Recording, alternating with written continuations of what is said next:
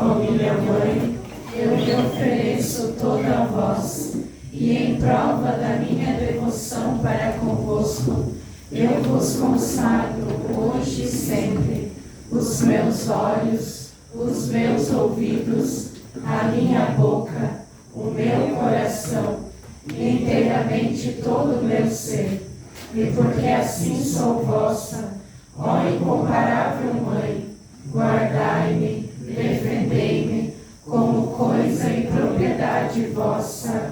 Amém. Amém? Amém. Podemos nos assentando. Quem ainda não sentou?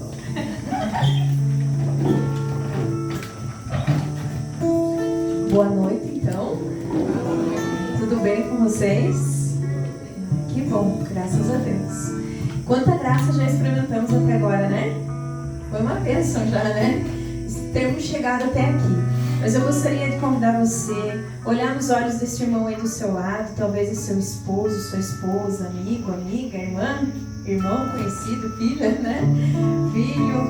Olha nos olhos desse irmão e diz assim: Deus desejou você aqui hoje. Deus desejou você aqui hoje. Você acredita nisso? Você acredita nisso? Acredite, meu irmão. Deus preparou tudo para cada um de nós que estamos aqui. E Deus quer falar ao nosso coração. Quer falar ao seu coração. Mas primeiro de tudo, Ele quer falar ao meu coração. Não é por acaso absolutamente. A gente escuta tanto falar isso, né? Mas não é mesmo por acaso que você chegou até aqui, que eu estou até aqui. Ele quer transformar. Ele quer me transformar. Ele quer transformar você. Amém? Amém. Mas ele vai precisar de uma ajudinha tua. Deu um cutucão aí nesse irmão e você vai precisar de uma ajudinha tua.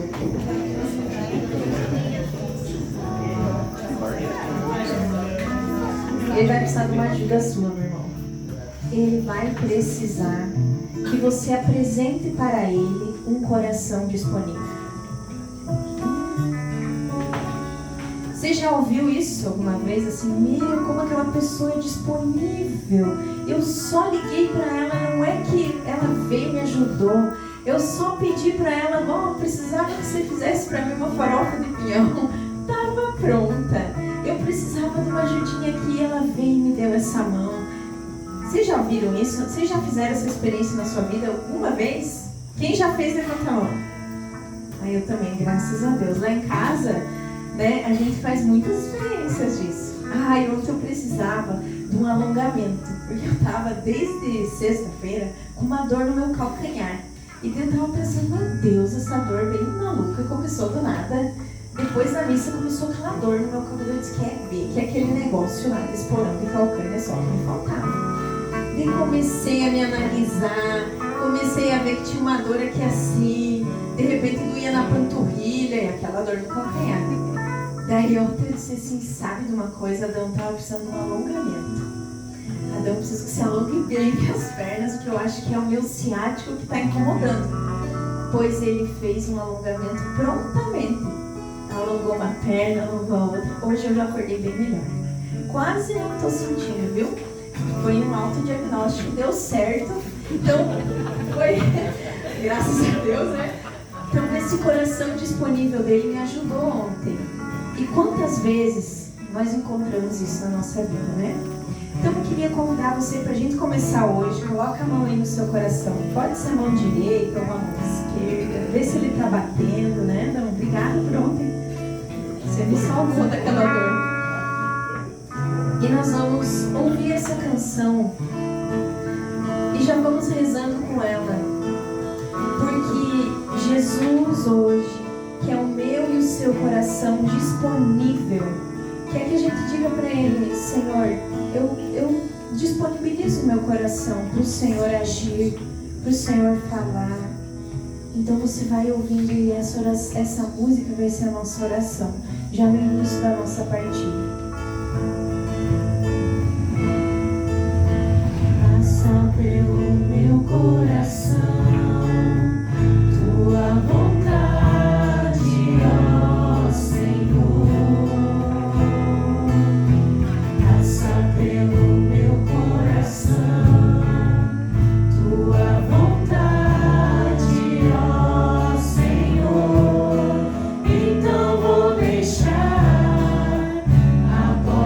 aberta, pode entrar.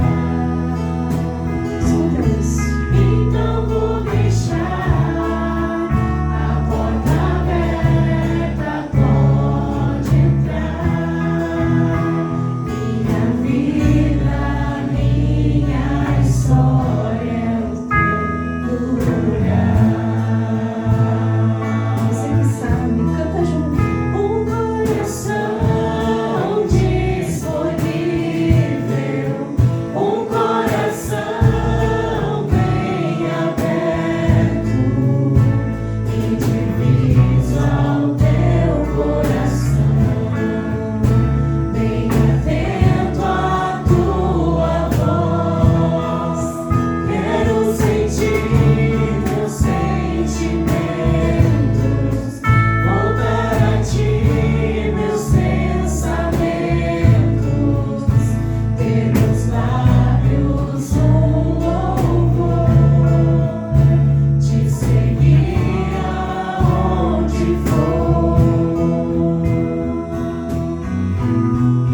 E era esse coração disponível que os primeiros cristãos tinham. E hoje, Jesus está precisando do meu e do seu coração disponível, bem aberto, para encontrar com Ele, para ouvir atentamente a voz dele. Amém? Então pega a sua palavra, você que veio armado, você que está desarmado, vai para trás da trincheira, né? Para ficar defendido. Mas pega aí sua palavra em Atos dos Apóstolos, no capítulo 2, versículo 42. Atos dos Apóstolos, capítulo 2, versículo 42 e seguintes. Vai para trás da trincheira aí que a Nossa Senhora se esconde atrás do manto dela e os irmãos armados ficam na linha de frente. Atos dos Apóstolos, capítulo 2. Então olha só o Senhor falando para nós hoje, comunidade Água Viva, pedindo de nós esse coração disponível, como aqueles primeiros cristãos. A primeira comunidade cristã. Eles mostravam-se assíduos ao ensinamento dos apóstolos, à comunhão fraterna, à fração do pão e às orações. Apossava-se de todos o temor, pois numerosos eram os prodígios e sinais que se realizavam por meio dos apóstolos. Todos os que tinham abraçado a fé reuniam-se e punham tudo em comum. Vendiam suas propriedades e bens, dividiam-nos entre todos, segundo as necessidades de cada um. Dia após dia, unânimes, mostravam-se assíduos no templo e partiam o pão pelas casas, tomando o alimento com alegria e simplicidade de coração.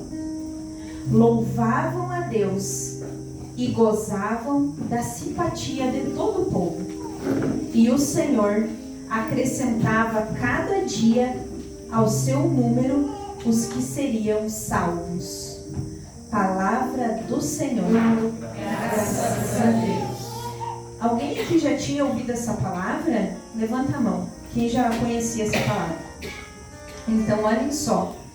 Essa palavra dos Atos dos Apóstolos, esse livro dos Atos dos Apóstolos, eles revelam os atos de quem? Dos apóstolos. É fácil da gente entender, né?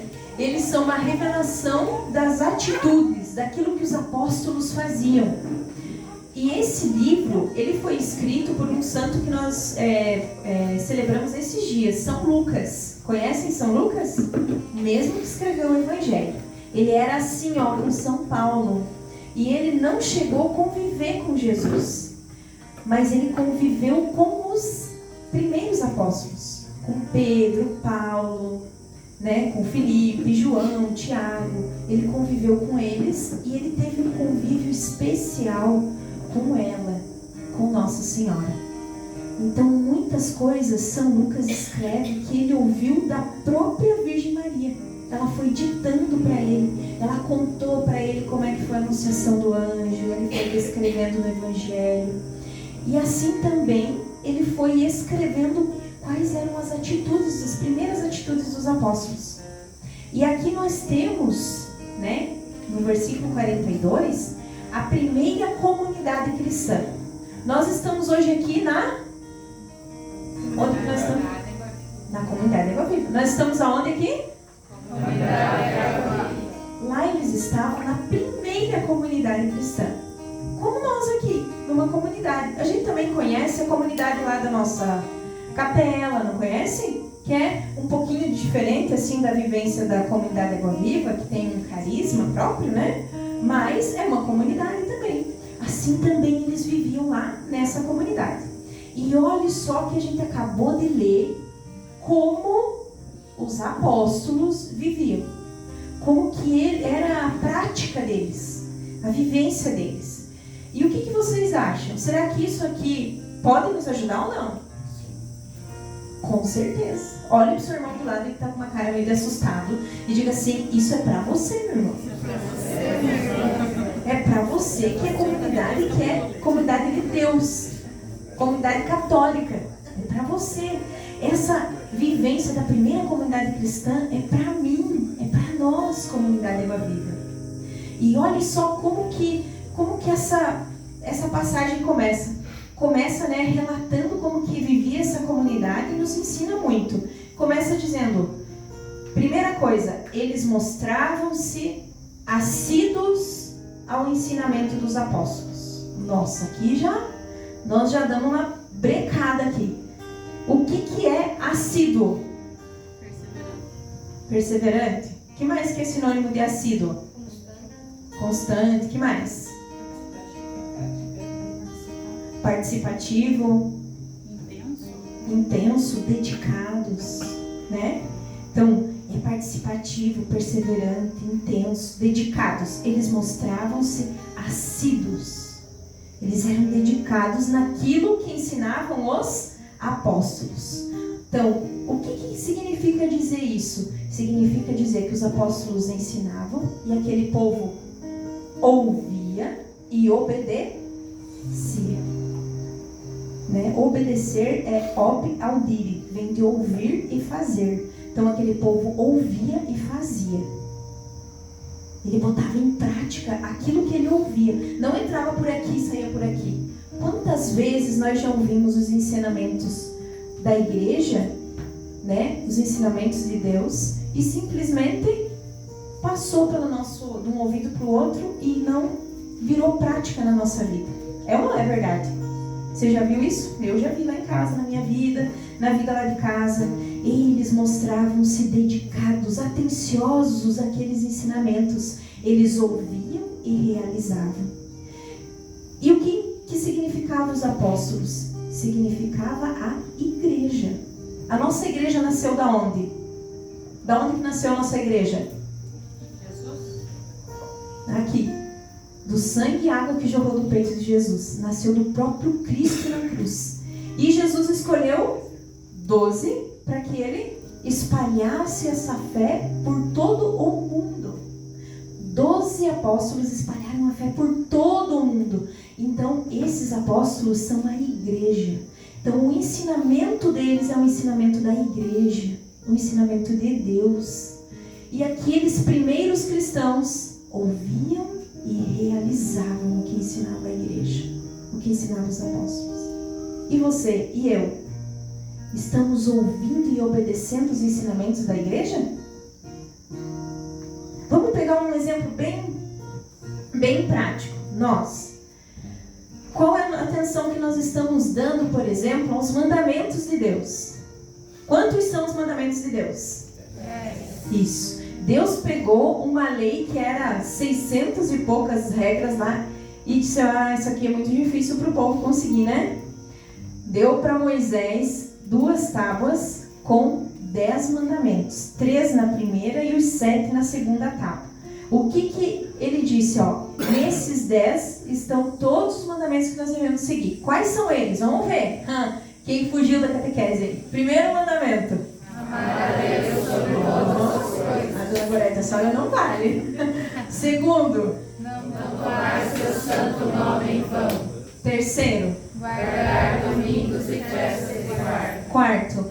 Honrar pai e mãe. Quinto. Não matar. Quero ver esses meninos, vocês estão gravando. Sexto. Não pecar contra a Já castidade. sabem os mandamentos? Sétimo.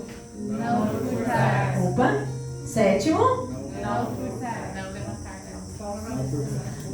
Não furtar. Oitavo. Não levantar falso testemunho. Nono. Não desejar a mulher do próximo. O sétimo em diante também não sabe. Nono. Não desejar a mulher do próximo. E décimo. Não cobiçar as coisas alheias. Viu? A dona Gorete eu quis dizer pra ela, porque ela é catequista de carteirinha, né? Então, ai, se ela não souber, os catequizantes dela vão arrancar a orelha dela, né, dona Gorete? Tem que saber, né? Que eu não falo. Então, vocês viram que do sétimo em diante nós demos uma enroscada, uma patinada, né?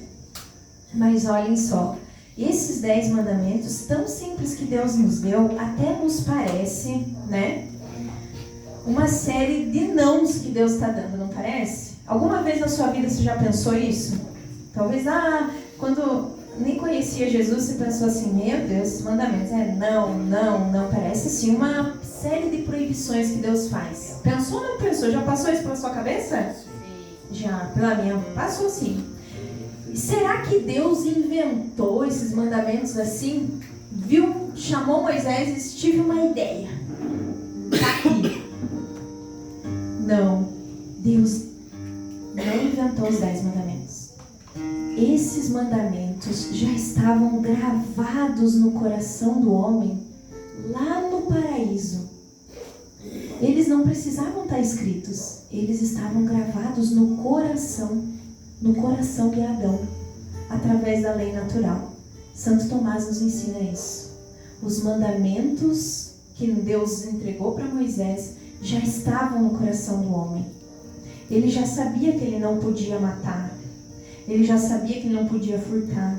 Ele sabia que ele tinha que amar Deus sobre todas as coisas. Era natural.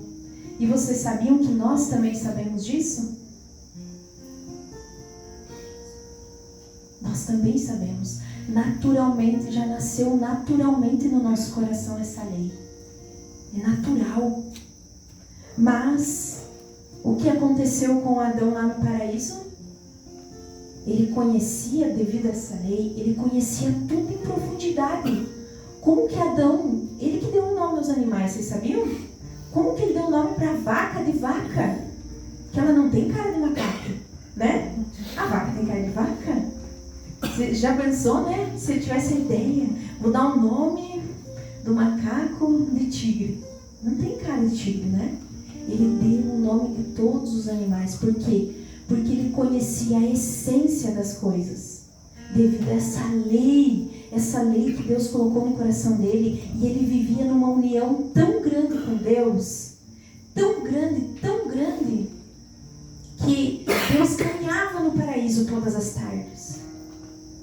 Adão via Deus. Vocês sabem que para nós vermos Deus, nós vamos ter que suar muito nessa vida que nós ganhamos. Para um dia chegarmos ao céu e lá contemplarmos a face de Deus. Adão via Deus no paraíso terrestre. No jardim do Éden, no lugar que Deus criou para ele, Adão via, contemplava a face de Deus. Então essa lei era impressa no coração. Mas aconteceu uma ruptura com Deus. Quando? Quando que aconteceu essa ruptura com Deus? Quando entrou o pecado. Quando Adão pecou. Ele vivia nessa perfeição. Mas quando ele desobedeceu ao único pedido que Deus fez, Deus deu toda aquela maravilha que era o paraíso. Todas as frutas, todas as árvores, todos aqueles animais que ele em profundidade conhecia, tanto que nomeou os animais e as coisas. Mas ele pediu uma coisa a Adão: desta árvore, deste fruto, não comerás. Porque vai morrer. que o que Adão fez, através da serpente, de Eva, de toda a narrativa que nós sabemos, ele desobedeceu a Deus, ele rompeu. O pecado, o que ele faz? O pecado, ele rompe a nossa ruptura com Deus. É como se nós pegássemos uma faca e rompêssemos aquele elo que nos liga ao Senhor. Adão rompeu com Deus. Então ele não conseguia mais olhar Deus face a face. O que Adão fez quando ele pecou? Primeira coisa, o que ele fez? Se esconder. O que eu e você fazemos quando estamos em pecado? Nos escondemos. Nos escondemos de Deus. Nos escondemos, queremos que ninguém, que não quero saber da igreja. Ah, essa coisa da igreja, os padres, mas o padre é pecador. Nós nos escondemos através das desculpas que nós mesmos vamos arranjando. Muletas, né? Desculpas. Nós rompemos com Deus através do pecado. Mas, olha para o seu irmão e diga assim, mas, o amor divino é tão grande, que ele pensou em novas formas de atrair a humanidade, dando para essa humanidade os 10 mandamentos. Aí então, ele chamou Moisés lá no Monte Sinai e entregou a Moisés os 10 mandamentos. São os preceitos que o homem já conhecia por natureza. Estavam no coração do homem, gravados lá, naturalmente, no nosso coração. Mas agora precisaríamos lutar para cumpri-los. Aquilo era natural para Adão viver daquela forma antes da entrada do pecado. Mas a partir do pecado de Adão e Eva, em que rompeu-se essa elo com Deus, essa intimidade com Deus, agora, para viver a lei, os mandamentos, vai precisar luta. Diz pro seu irmão, é luta, irmão. Você quer viver na maciota? Fala com autoridade. Quer viver na maciota?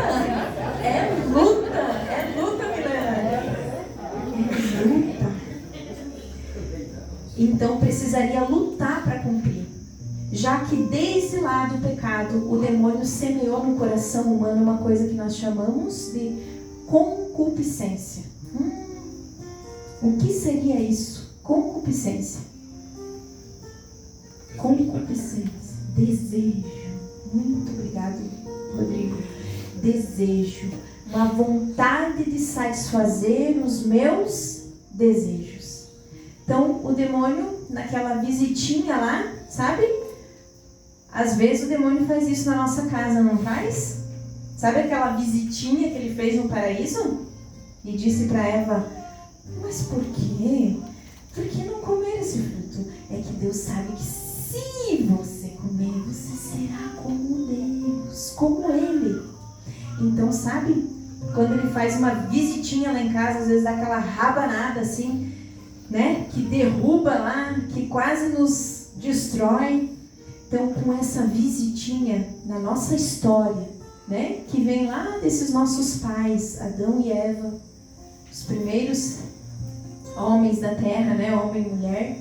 Com essa visita, o demônio semeou no coração humano a concupiscência, a lei da concupiscência, satisfação dos seus desejos acima de tudo.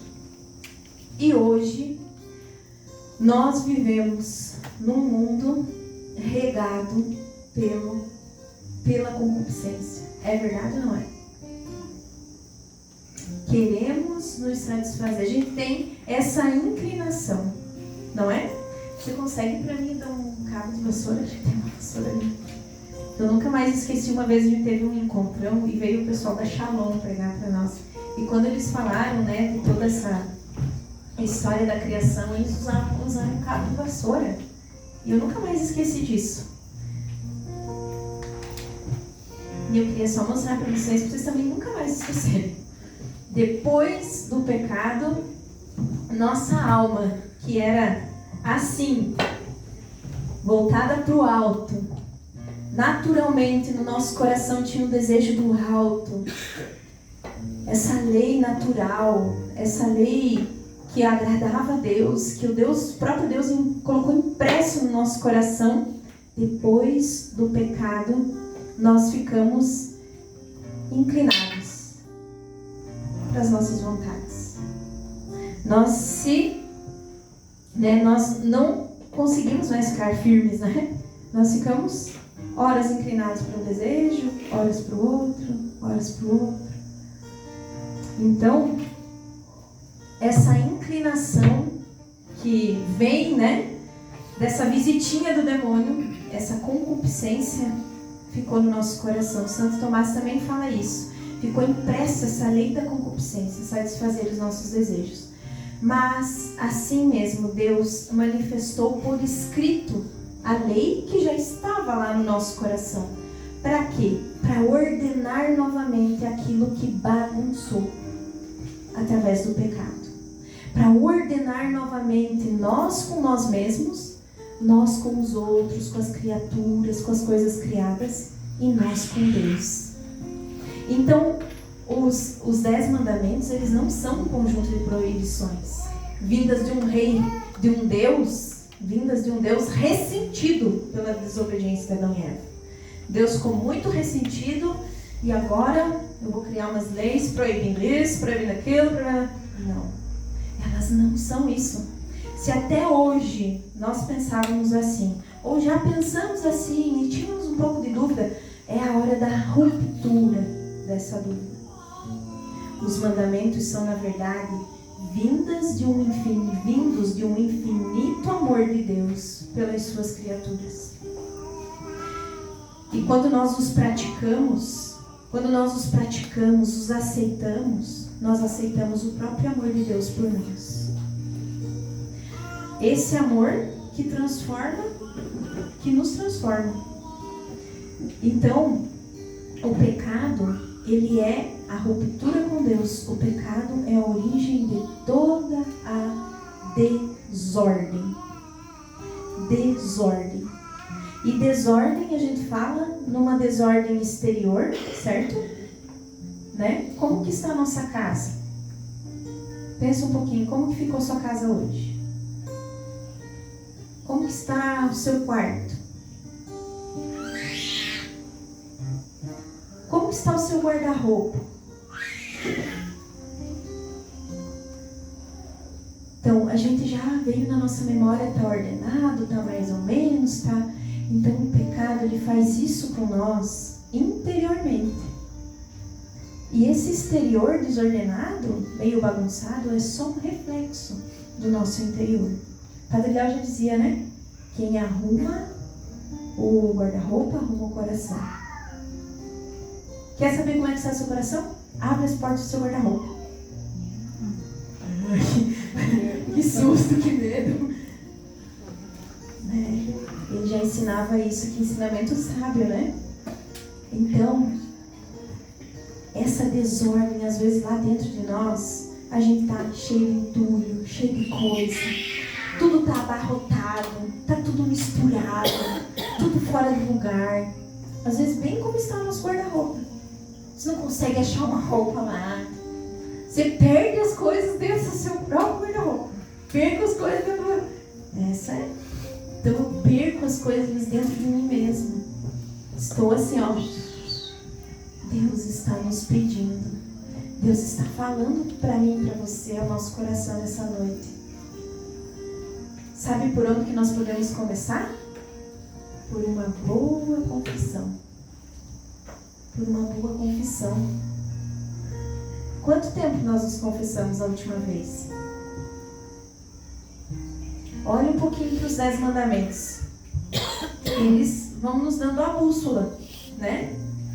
O que eu preciso confessar? Como é que está meu coração? Então, esses 10 mandamentos, essa lei Deus deu por causa do seu infinito amor para nos resgatar. Senão nós estaríamos perdidos. Perdidos, não teríamos salvação, não teríamos chance. Se Deus parasse ali no pecado de Adão e não fizesse mais nada. Vou deixar esses seres criados aí que se vão sozinhos. O mundo não existiria.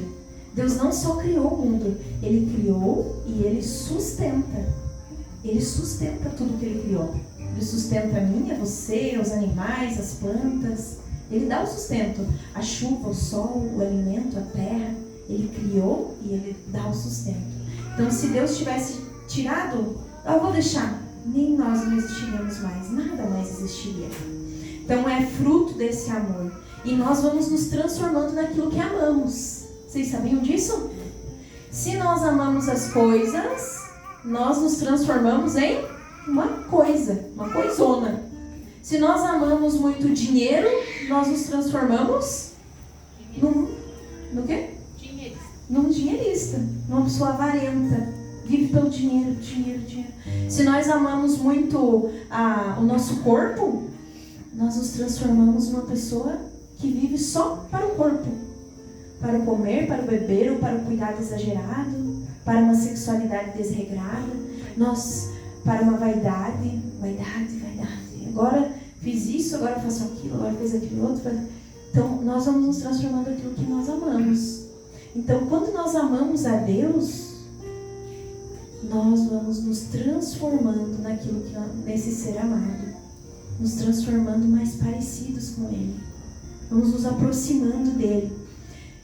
Então, assim acontece com o alimento que é para nós a Eucaristia, né?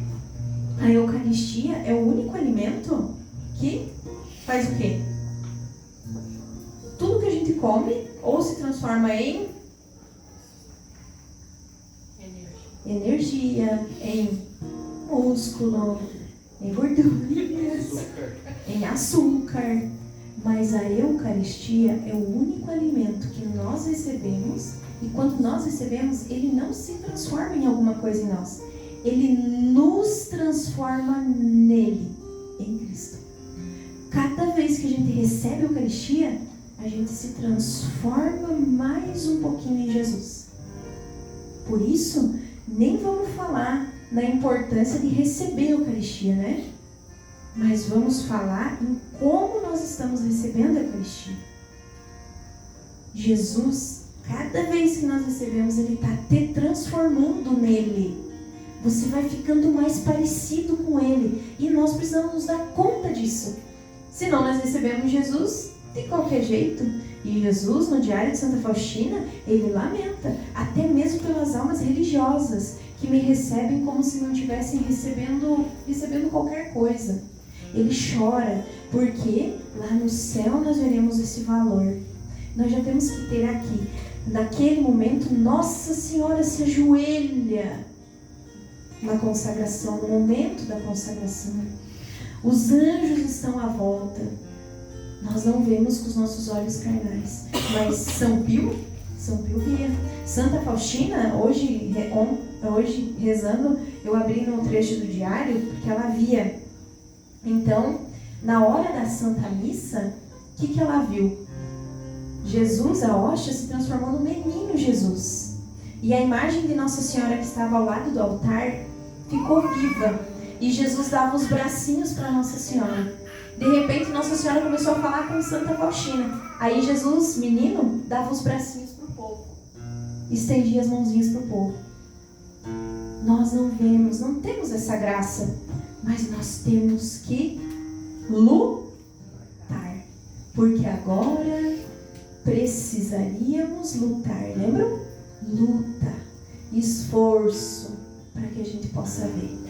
Para que a gente possa dizer assim, Jesus, me transforma em você então. Jesus, eu preciso. Meu coração não ama. Não ama o Senhor, não ama ninguém, só ama eu. Eu preciso que o Senhor me empreste seu coração. Agora que eu estou lhe comungando, eu preciso que o seu coração substitua o meu, para que eu possa amar. Para que eu possa amar meu irmão, para que eu possa amar meu esposo, para que eu possa amar meus filhos, porque meu coração não ama. Amém? Fica em pé então. Eu quero só um refrão para vocês por mim. O irmão diz assim, senão a gente dorme. E a gente dorme no ponto. E quando chegar a hora final, diz para o seu irmão, quando chegar a hora no final, você estará dormindo. Acorda, irmão. Escuta o Senhor. Então, onde que está essa resposta? A resposta para esse pecado que entrou no mundo, que entrou na nossa carne, que está dentro de nós, essa marca, essa revolta, né? A violação da ordem. Todo pecado é uma violação da ordem. É o caos, é o que nós vemos hoje. Vocês acham legal isso que está acontecendo? Não, né? Isso é desumano, né?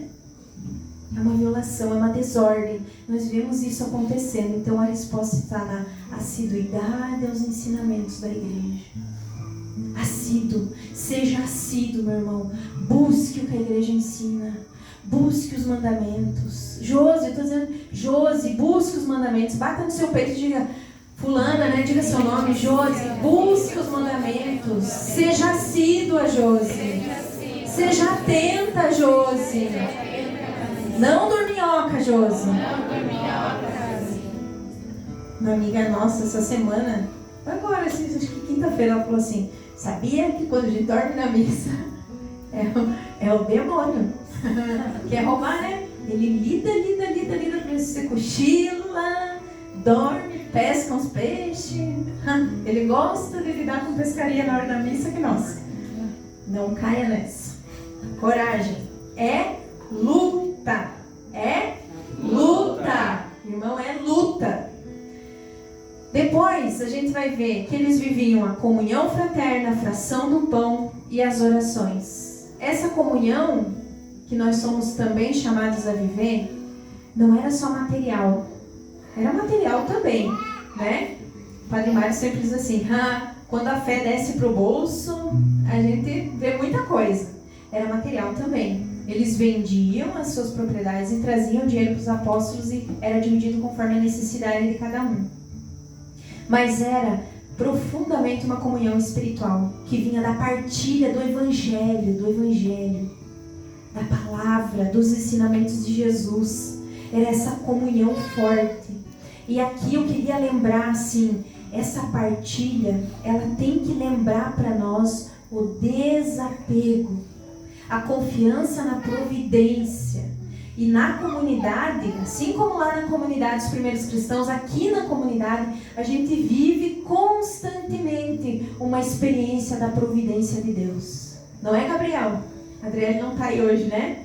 Mas se ela tivesse, ela ia testemunhar também. É providência, é um Deus providente, que a gente pede e Deus, com largueza, Ele se dá. Ele não se cansa, Ele não é um Deus mesquinho, não é como eu, mesquinha. Então Ele é um Deus que se dá. Então eles viviam essa comunhão fraterna. A fração do pão, a Eucaristia que nós já falamos. Eles tiravam tempo para Deus. Tempo. Hoje, se a gente for falar, não é nem o dinheiro mais difícil. Para muitas pessoas, para a maioria, até me arrisco em dizer assim, para a maioria das pessoas não é nem o dinheiro, é tempo. É tempo para Deus. É o tempo para Deus na nossa oração. É o tempo para Deus, para as obras de Deus. Como às vezes aqui a gente precisa tantas ajudas, né, Letícia? Para tantas coisas. Mas tempo. Esse tempo que nós estamos aqui é uma luta, não é? Não é luta para cada um? Cada um tem suas lutas para estar aqui. É o tempo. Então, essa comunhão, essa fração do pão, essa gratuidade que eles viviam, que davam tempo, dedicavam-se àquilo. Aquela transformação que acontecia no coração desses primeiros apóstolos, desses primeiros cristãos, através dos ensinamentos dos apóstolos, através da verdade, fazia eles se dedicarem, eles darem tempo para aquilo que realmente era necessário para Deus, para a obra de Deus. E eu e você, para que nós temos tirado o tempo? Ou será que nós temos até dado tempo para Deus, aquele que sobra, quando não tem mais nada? Porque pense um pouco, se Deus agisse assim com nós, se Ele desse o que sobra, não, agora eu estou bem satisfeito, agora sobrou, eu vou ver lá o que a Priscila na casa dela está precisando. Não, nós temos um Deus infinito de misericórdia e providência, de gratuidade. Deus não quer as nossas sobras. Na verdade, ele não precisa nada de nós. Mas ele pede de nós o tempo. Ele pede de nós, muitas vezes, que a gente... Ele pede de nós doação. Que a gente se doe. E doar, dói. Diga aí pro seu irmão, doar, dói. Doar dói. Doar tempo, dói. Doar dinheiro, dói no bolso. Doar vida, dói. Quem é mãe sabe o que é doar. Dói, né? Ficar sem dormir de noite, quem que acorda e diz assim, ai, que bênção, que maravilha, 2:30 da manhã, que alegria! É uma alegria olhar para os nossos filhos, né? Mas a gente acorda assim, tipo, que nem a academia lá, né? A gente acorda assim, na luta, né? Na luta, às vezes tinha recém pegado no sono, né? Daqui a pouco, na hora, plim, plim, mamá. É luta, é doação, dói na carne. Então Deus também está esperando. Nós temos muito para doar. Sabe, nós temos um probleminha. Nós queremos nos guardar. Nos guardar. Para o nosso sofá, para a nossa cama. Essa é a nossa tendência, né? Ó, lembra o Pauzinho? Ele sempre cai pro lado do sofá, né? Nós é que temos que dizer, né? Fique aí, sofá. Fique aí, coberta, né? Na Gorete, semana passada, ela saiu debaixo das cobertas para mim, né? É a gente que tem que travar essa luta. Porque depois do pecado, agora precisamos lutar. Luta. O céu não se conquista, por isso que Jesus diz, né? O céu é dos violentos. Não daqueles que pegam uma arma e saem matando, mas é daqueles que têm coragem dessa luta. Se você fazer só a tua vontade, é fácil. Então, essa assiduidade lá na oração que os apóstolos tinham, na oração pessoal e comunitária, eu não queria passar hoje sem falar para vocês que vinha muito no meu coração sobre essa questão da oração, né? Que não é a gente dar o que sobra, é a gente descobrir assim que nós precisamos rezar, né? Eu não lembro que santo que dizia assim, ó, se a gente não rezar, a gente vira bicho. E a oração pessoal, ela tem uma força muito grande. Ela move o nosso coração.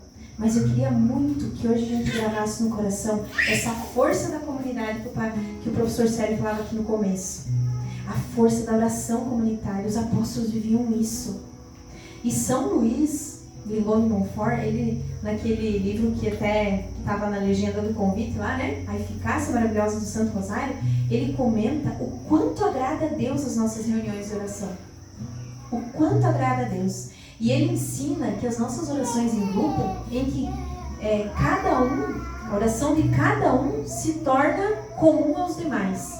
E supre as faltas daqueles que rezam mal. Olha que interessante isso.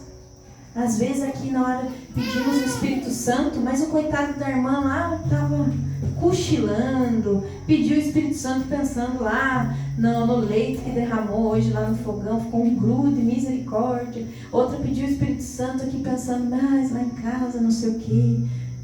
Mas olha a graça, aquele irmão que pediu com fé, com devoção, supre a minha oração fraca, desatenta, distraída. Olha a força da oração comunitária, ele fala mais.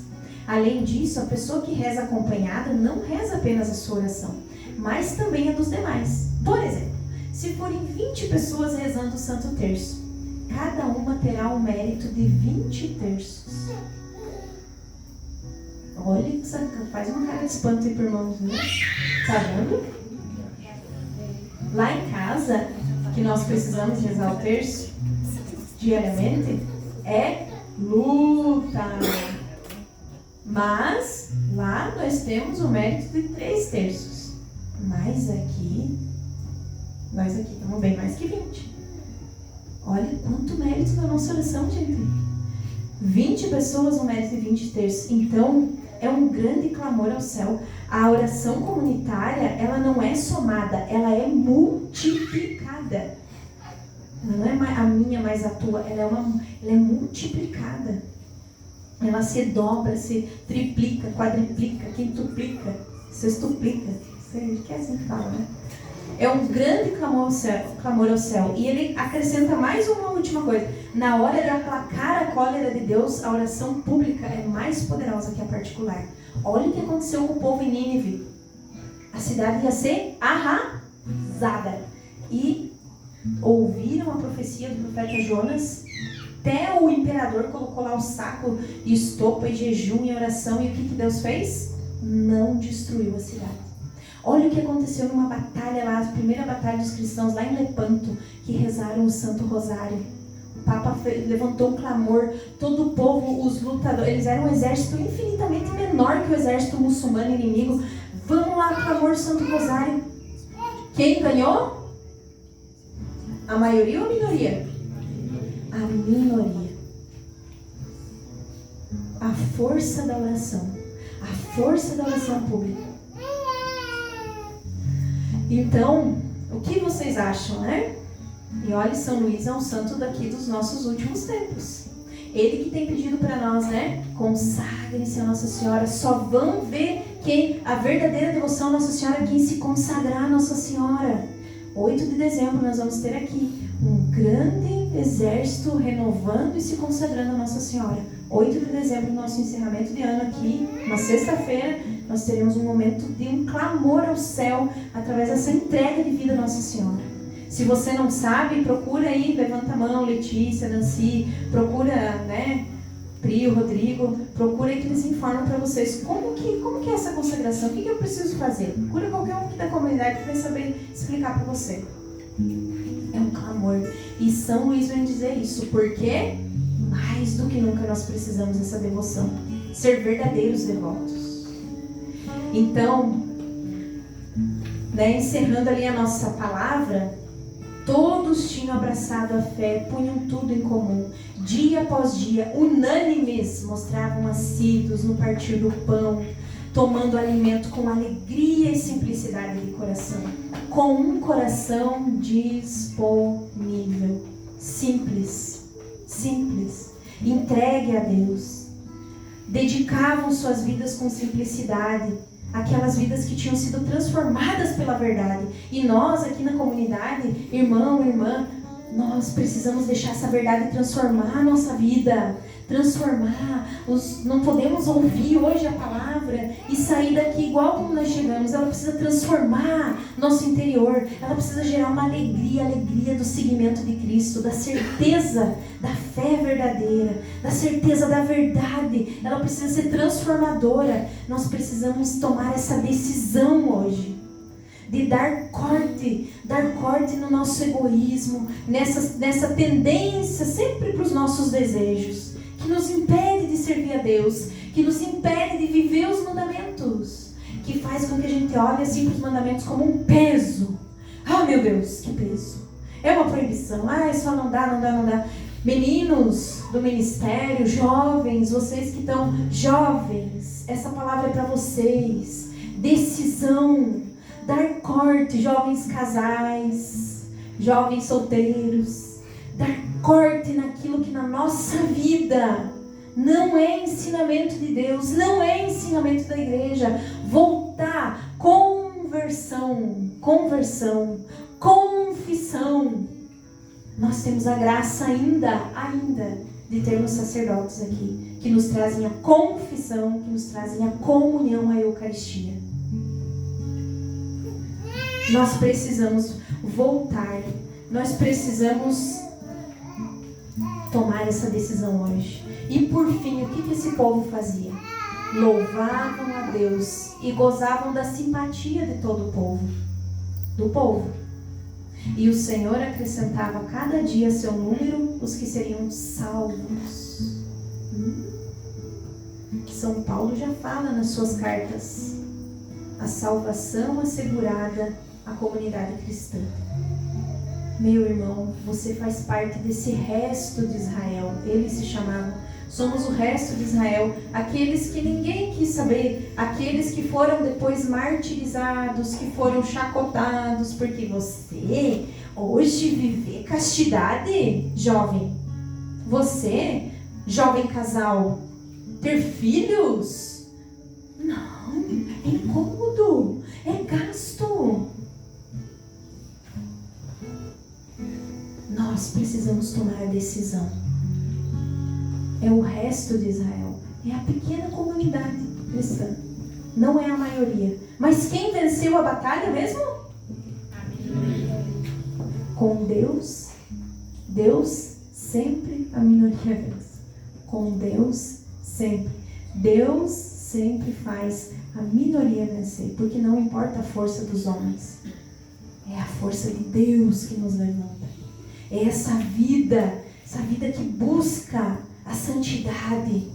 E você não veio aqui, você não tem vindo aqui para buscar o seu gosto, uma palavra confortável, que é, nossa, legal para o seu coração. Não, você tem vindo aqui, meu irmão, para buscar a santidade. A santidade no seu matrimônio, a santidade como mulher, como homem, como jovem, como moça. A santidade.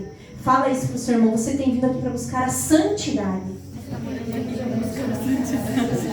A santidade. Não uma vida confortável. Nem os seus gostos. A santidade. E sabe o que acontecia com aquele povo? Com aqueles homens que antes eram intemperantes, ambiciosos, avarentos, sensuais, iluminados pela verdade do Evangelho, por essa vivência, esse tipo que eles viviam, e que eu e você somos chamados a viver, confortados pela graça divina, eles tornavam-se humildes, mansos de coração, castos e mortificados, desapegados dos bens terrenos e prontos para uma vida, para dar a vida pelo nome de Jesus. Então é possível, meu irmão. Se para eles que eram intemperantes, avarentos, ambiciosos, talvez assim como eu, como você, eles se tornaram humildes, se tornavam mansos de coração, castos, mortificados, é possível. É possível para você também. Você quer ser esse resto de Israel? Sim. Só a Letícia quer. Poxa, Letícia. Que bênção. Louvado seja Deus, né? Hoje na oração lá, o Wesley rezava assim, que se um coração tivesse disponível, aberto a palavra, Deus fosse louvado. A minoria. Eu vou repetir a pergunta porque é o domingo da misericórdia, né? Vocês estão dispostos a ser esse resto de Israel? Sim! Louvado seja Deus. Então levanta, meu irmão. Levanta como esse resto, que parece resto. Não, é aquela minoria que vence com Deus. Aquele punhado como as primeiras comunidades que querem se manter firmes como autênticos cristãos. Você não veio aqui para ser mais um cristão. Você não tem vindo aqui para ser mais um. Você não toca aqui para ser mais um. Você não canta aqui para ser mais um. Você não dança aqui para ser mais um. Você não veio aqui para ser mais um cristão. Você veio aqui para ser um autêntico cristão, chamado a santidade. A santidade é para você, para mim, para cada um de nós. A santidade é lá para sua casa, para a vivência, para os seus filhos, para o seu matrimônio. Então agora, toma essa decisão. Vai dizendo para o Senhor já assim, ó, aí no seu pensamento, depois vai transformando em palavras. Toma essa decisão assim, Senhor, eu quero deixar aqui tudo que tem me impedido, Senhor. Que tem me impedido de caminhar mais perto do Senhor. E vai falando para o Senhor Jesus nessa noite, para esse Senhor misericordioso, que abriu o peito de amor por mim e por você, que se deixou derramar, que derramou a última gota de sangue por mim e por você. Mas assim, tudo que está impedindo você de tomar essa decisão, lá no seu matrimônio, você como pai, como homem, você como mãe, como vó, você como jovem, como moça, o que impede você de tomar essa decisão de ser essa autêntica cristã? Essa decisão pela santidade. Quais são os amarramentos, as amarrações? Vai fazendo como que tirando essas cintas, essas amarras, dos seus próprios desejos, da sua vontade. E vai dizendo para o Senhor assim, a começar em mim, Repete comigo isso. A começar em mim, Senhor. Começar em mim, Senhor. Bate no seu peito agora e diz assim: a começar em mim, Senhor. Começar em mim, Senhor. Quebra corações. Quebra corações. Para que sejamos um.